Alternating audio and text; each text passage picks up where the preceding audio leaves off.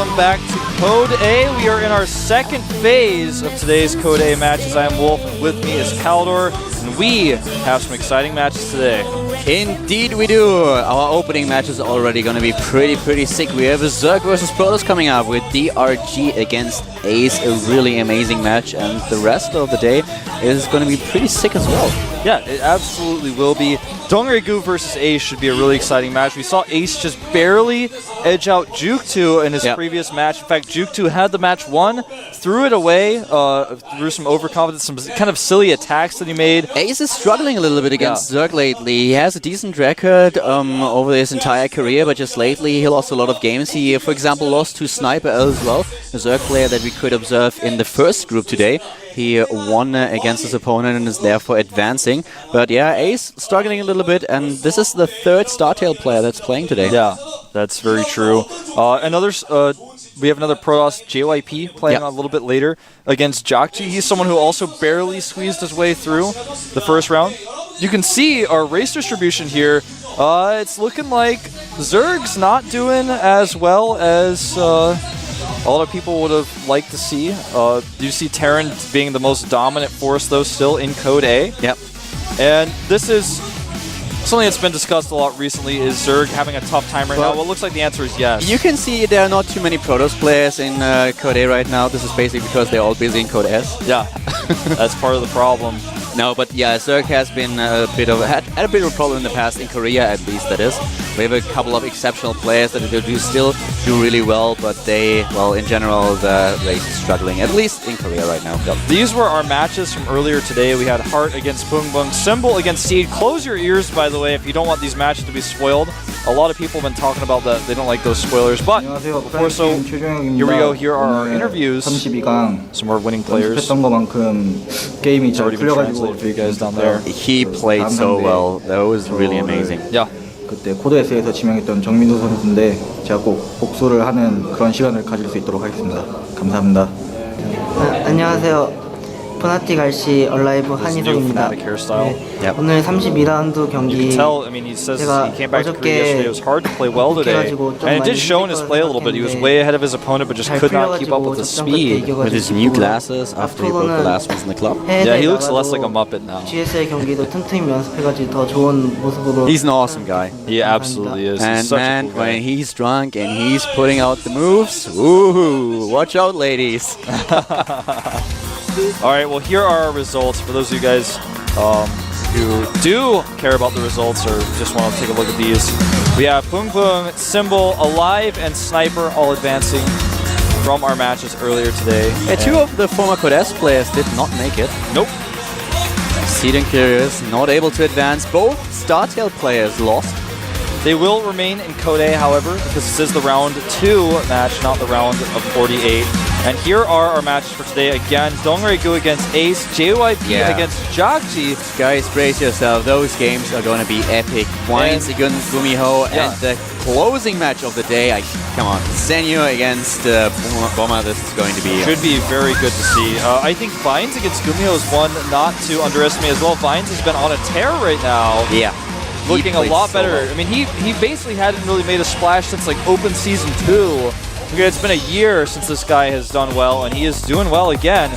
But this match, basically, it's one of our common heroes, DongRaeGu, someone who basically has been around for a really long time. He finally made a splash fairly recently, but he's been tearing through foreign events. He's like the Marine King of Zerg for some people. Up against a big talker, Ace. Ace, someone who trash talks a lot. He's known for his celebrations. He's been around since the open seasons as well. I can't believe that we actually never got a gift from that Hulk impression that he gave us at GSL. I'm a little bit surprised. There are all these gifts just going around with celebrations. We still have Keen with his glasses and whatever. But when Ace actually stepped out of his booth and just ripped his shirt apart, that's something that we've never seen as a gift. I was really disappointed.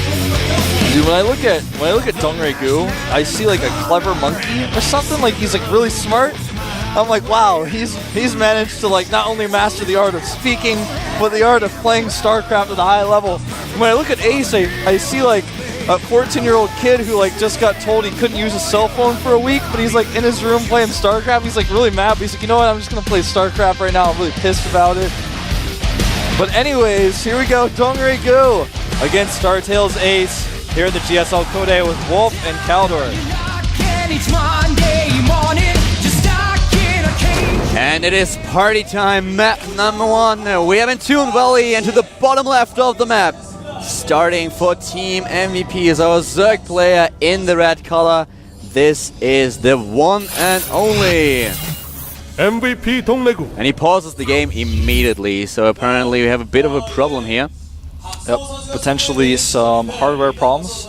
This is what I like to see though, players pausing immediately upon the game starting. Exactly, this is so important. We had a few situations in the past where players had a problem during the game and could not really do anything for like 20 seconds, and then suddenly someone saw them waving at the camera, and right now he's just checking everything. I don't even think it's a computer problem, it kind of looks like...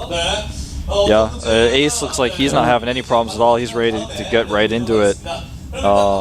This is always so frustrating for both players when this happens. Of course, the player who has the hardware problem has to pause. He has to deal with all the drama of, like, why did he pause the game? Everyone's running his booth asking him questions. Then the opponent's like in the zone and he has to pause and be like, what's going on over there? Is he, you know, why is he pausing? I don't even know. I'm sitting in my booth just trying to calm down and relax and get ready to play this game. It's very, very frustrating when this does occur. Yeah, it occurs before the game actually really started. It's only 30 seconds in the game, so everything's fine. And we'll see what exactly they're up to. This is usually a map where Protoss is pretty confident on. Against Zerg, you can take the third base very early. Zerg has a bit more of a problem, and we'll see if there's if he can overcome this. Right now we have now Ace with the Zoe keyboard. It's actually a keyboard that I really like. They're sponsored by Zoe. It's pretty cool. With the brown switches, I like that quite a lot.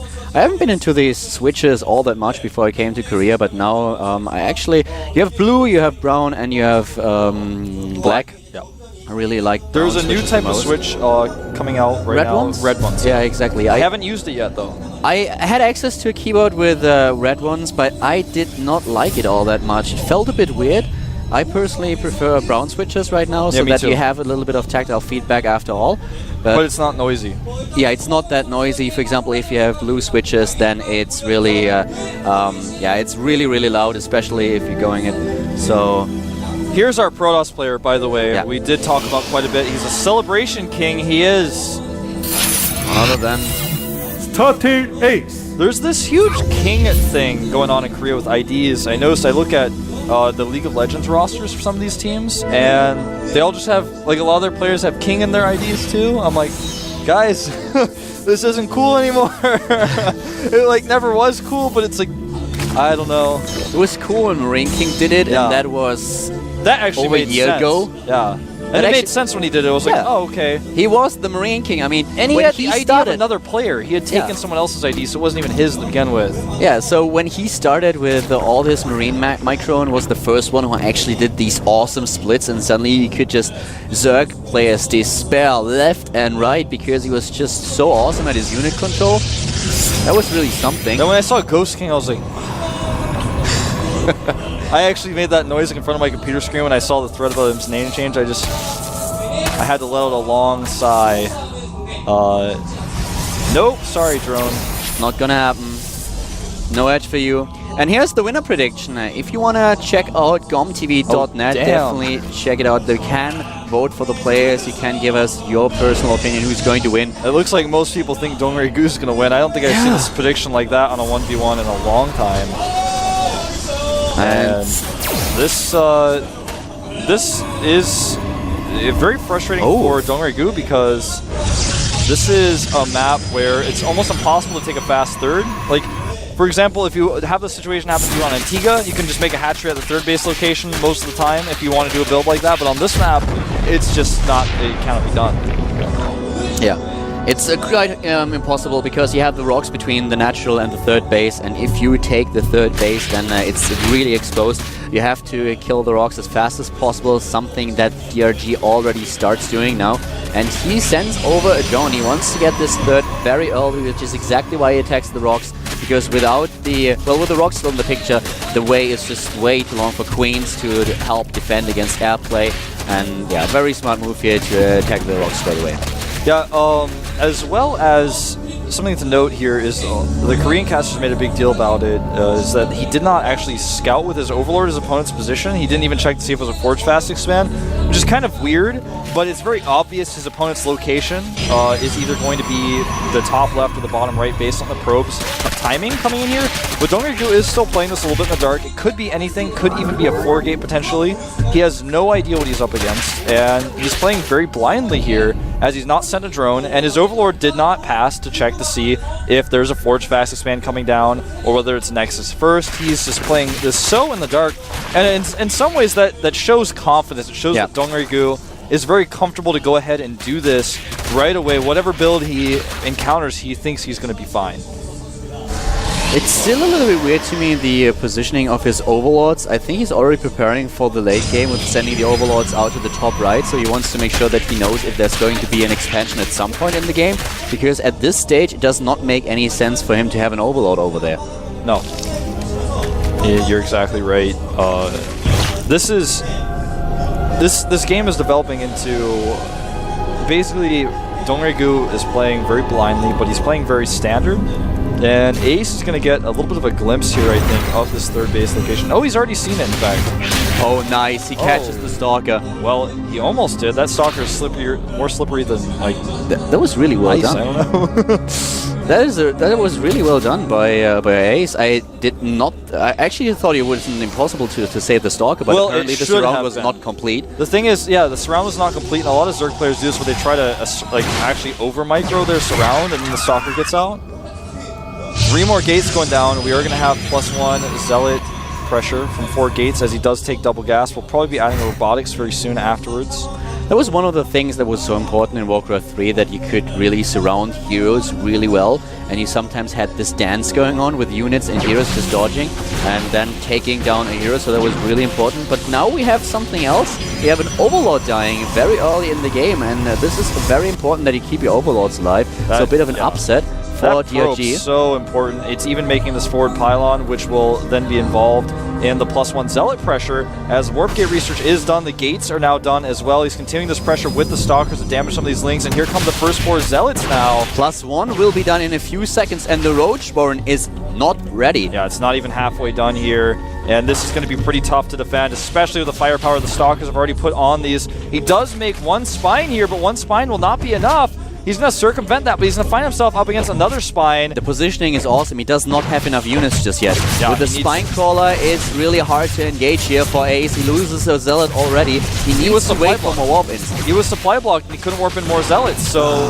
He will get this queen, but it was very sloppy. A little bit to left. No, he actually loses the queen, but now the Zealots die. The Lings are obviously being 2-hitted, but still with a spine crawler in the picture. A very decent trade. Could have been a lot worse. You know, he kills all the Zealots, kills one of the Stalkers, loses the queen.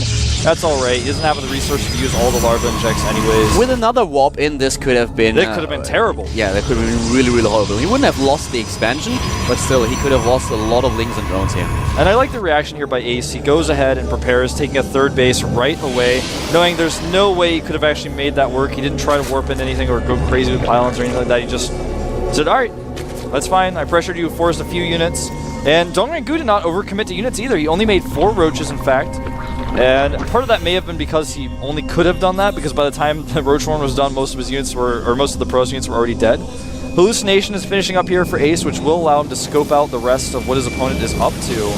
And DRG is now in the, sorry, not DRG, but Ace is now in the position that he wants to be. He has 3 bases, he's taking down the rocks, he has a really decent economy, and is playing on the same amount of bases that his opponent has, which is always awesome for a Protoss player. And this is exactly why this map is a map that Protoss really love against Zerg. We'll see what exactly DRG will do in the later stage of the game if he's relying on the Broodlord combination while he takes the 4th. We've seen a lot of Zerg players also adding Ultralisks, which is not the best situation on this map, because the problem that you have is if you attack, you usually start to attack the 4th base of the Protoss player, and there are a lot of very small points. So mixing a few Ultralisks in the mix is a good idea, but overcommitting to Ultralisks is really tough. Then you have to try to catch your opponent on the open space where you can use Fungals and attack on a broad scale. Right, exactly.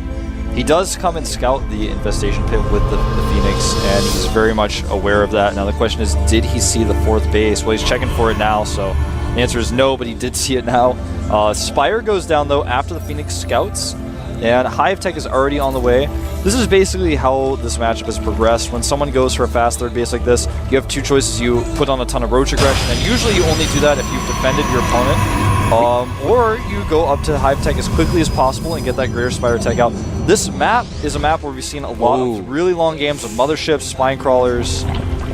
Yeah, you're perfectly right. Just to emphasize your point a little bit, we have 90 drones, and he's getting another 6. So what we will see is a lot of spine crawlers, and there they are. He already builds the first 4, and he will build a lot more spine crawlers. And this is exactly what he needs in order to bridge this timing window where you try to get the Brood Lords, where you know exactly that you need to upgrade your Greater Spire. You don't want to get too many units. You want to rely on spine crawlers, you want to rely on infestors, not invest into gas, not just commit anything to your lava production, because you want to have the lava, and then you can't just defend. The Protoss player has a hard time attacking into you, and he has to kind of wait. And what we will see from Ace is probably very soon a Stargate, so that he can prepare with the Mothership, because that's what he definitely needs in the later run of this game. Yeah, he does need it, in fact, and that's what these spines are for as well. The spines really slow down any sort of push, even with the Mothership later on. There's something that you cannot surpass using Vortex, and does take out that Overseer. But in the meantime, there are some Roaches forcing a cancel over here. There's the Stargate, by the way, so he's already preparing for the Brood Lords. Nice pickup by DRG here, forcing the cancel. On this map, always plays out this way, no matter what. It's like, there's like a prophecy about it or something. It's like, well, there will be at first the Zealots, and then later will come the Infestors, and then finally there will be the late game. There will be a great cataclysm with a void, big void vortex and a big flying unit. I mean, it's just basically, it's always how it is. Yeah, exactly. You're perfectly right about it, Wolf. We're 4 base against 4 base at this point, and just the Greater Spire nearly done. Another 5 Spine Crawlers, and now just delaying the push a little bit. Infestors at the front, trying to force Blink, trying to fungal, and all these Spine Crawlers, they will make sure that Ace is not committing too heavily to this. Yeah, he can't really commit to this at this point. He does have +3, about to finish here. Oh. And he's going to get through some of these spines, but he does not have the Colossus count. Oh, nice. Kicking off to Infestors. Yeah, very that well was done. huge. That was not worth it by DongRaeGu. An attempt to get those sentries. What I like about Ace is that at this point he decides not only to get his Fleet Beacon, but he gets speed for the Warp Prism, builds a Warp Prism, so he is able to open up another flank. We actually have another probe at the bottom right. Already built. Oh, there's the engagement. A very aggressive move. I like this by DongRaeGu. Using the fungals right away, going in with a lot of Zerglings, freeing up some supply, and killing a ton of units, especially all those sentries. Exactly. And now there's the fungal, the last fungal, and the sentries. All of them die, and now we have the supply for the Brood Lords. He can support the Brood Lords. DRG back to 200 supply. He just sacrificed Lings, and he traded so efficient. Yeah, he absolutely did. Right now, the unit's lost tabs tells the story a little bit, but this pressure here is not very effective. And we just saw on screen that DRG not only built Spine Crawlers in the middle of the map, but he also saved his 4th base. So the pylon that is now, well, that we have at the bottom right that we just mentioned is not all that effective because he just can't harass. Yeah. I like this. Look at Ace going for the Dark Shrine. Yeah, this is the prophecy also foretold of a cloaked unit that could kill hatcheries in just a few seconds if players not prepare. There's no Spore Crawler. Do you know Wing Commander prophecy? No. No? You didn't play Wing Commander? No, I don't. Shame on you, sir. Shame on you. I'm sorry. Well, I guess you would. Oh, look at this! This little squad here, man, he's dropping High Templar trying to feedback. It's not working very well, but it was kind of cool. It was a nice idea, though. It was a really nice idea. He's also checking for Corruptors, I suppose. Again, he's going to go down here and check and see that there is no Spore Crawler at the bottom. Now, I really don't like this. He's sending his units down to the bottom, but the Broodlords are going to do so much damage to him, and he should be able to defend with this many spines down here. I don't like this choice by Ace. Ace is playing very risky. He will lose everything. Yeah, I think he absolutely will. Several of his Stalkers getting phoned here. And of course, we have the 2 Colossi, but still with this many Zerglings, there's just too much that dies. Yeah, I mean, he underestimated the Zergling count, I feel. And look at this, man, back at home. Well, you guys will look at it in a second, but he will be able to clean this, no doubt about it, but he will just be way too slow. We already have all these Broodlords in position to take down the natural, take down the 3rd, and this is a race that Ace can't win. Yeah, the Mothership is starting to rack up the kills, man. He's got 1 kill on a Broodlord back at home, but the Infested Terran's trying to I mean, I guess he could try to Vortex him only if he had enough energy, Fungal? which he doesn't. No, Fungal would have probably finished the Mothership off. He does end up saving it, but this is actually pretty sad to watch. Yeah, and look, we don't have it on. Yeah, there it is.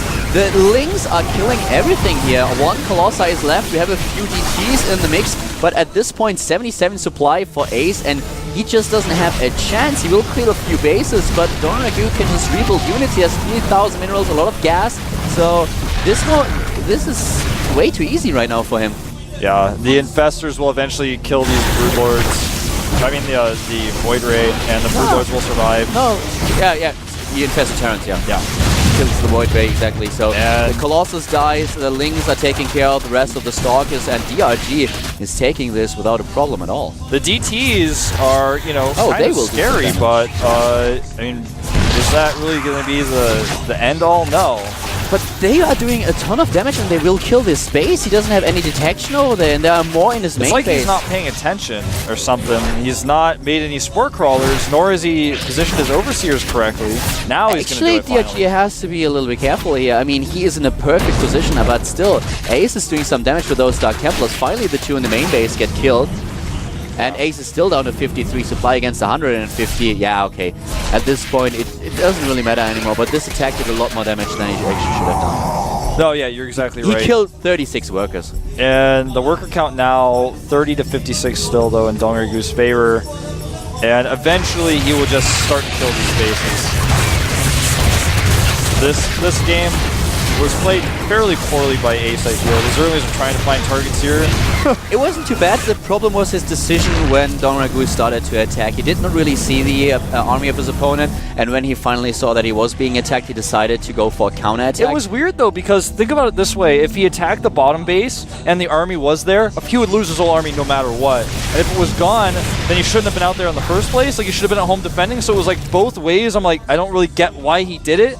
I guess I think he underestimated his opponent's army size, for example, but... He just wasn't ready. The mothership was not out, and he knew as soon as the mothership was there, he could not really do anything with it, because at this point, it wouldn't have the energy, and there were already way too many overseers, so it was a really tough position for Ace to be in. The tech for DongRaeGu was just so fast that he wasn't prepared in time. This is the first time I've ever seen, by the way, Keldor, Warp Prism power a gateway. He used an emergency Warp Prism here. These Void Rays are kind of the crucial unit here because with no Hydralisk Den, he can only kill them with Queens and Infestors, so he's managing to keep them alive. They're doing what they can, but let's just be honest, this isn't going to last very long with this many Corruptors. Yeah, the Corruptors are there. So. Yeah. Bye-bye, Void Ray. I wasn't sure, but I guess it turns out he made 17 Corruptors. And it turns out Corruptors beat Void Rays pretty bad when you have a 17-to-1 Void Ray to Corruptor ratio. Captain Obvious hits again. Ace is hanging on here. Yeah, I don't know. With this supply, Ace is still trying to stick to this game, but... Remember we saw Squirtle come back in a situation like this once before. Yeah, I mean, why not? So, but in that situation, the Zerg did not attack, and in this case, DongRaeGu's already moved 200 out. supply against 77, and we have how many Broodlords? 6 additional ones. There will be 30. He's going to try to go for the Vortex here. And where is it? There it is. But, yeah, that will do some damage, but even if he kills every single one of them... He needs the Vortex again. He needs the Vortex again. He needs the second one. What is he doing? What is DongRaeGu doing? Ace is doing a good job positioning his mothership here. Yeah, actually he really is. He's doing a great job, but there's too much. It is just too much. It's too much. It's too little too late. He's pulling the Infested Terrans in to try to escape with the mothership. It looks like the mothership will not escape. No, it dies. It dies, and there are too many units there, too many Broodlords. GG by Ace. Yeah, very impressive victory by DongRaeGu. He did a good job. By the way, while we were talking earlier about the switches, I actually got a pretty interesting tweet. So guys, if you want to tweet at us, definitely tweet at Calder or at ProxyWolf if you have some additional information that we don't know about.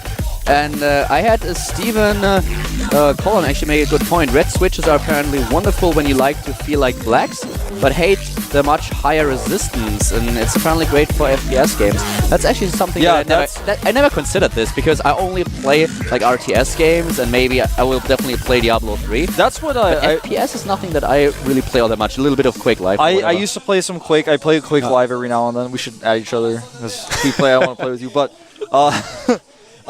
There's the black switches are so heavily resistant. Yeah. When I got my first black switch keyboard, Thermaltake gave it to me, and I was playing with it, and I was like, this feels like training or something. Like when I played, it was so difficult to move quickly. Then when I went back to my regular keyboard, I moved so much faster. Or maybe it was just the illusion. I'm not sure. I actually don't know which keyboard, which kind of switches the Black Widow Stealth Edition uses. The stealth one that Razer has right now. I think it's blue though, isn't it? I don't know if it's blue because they're not that loud.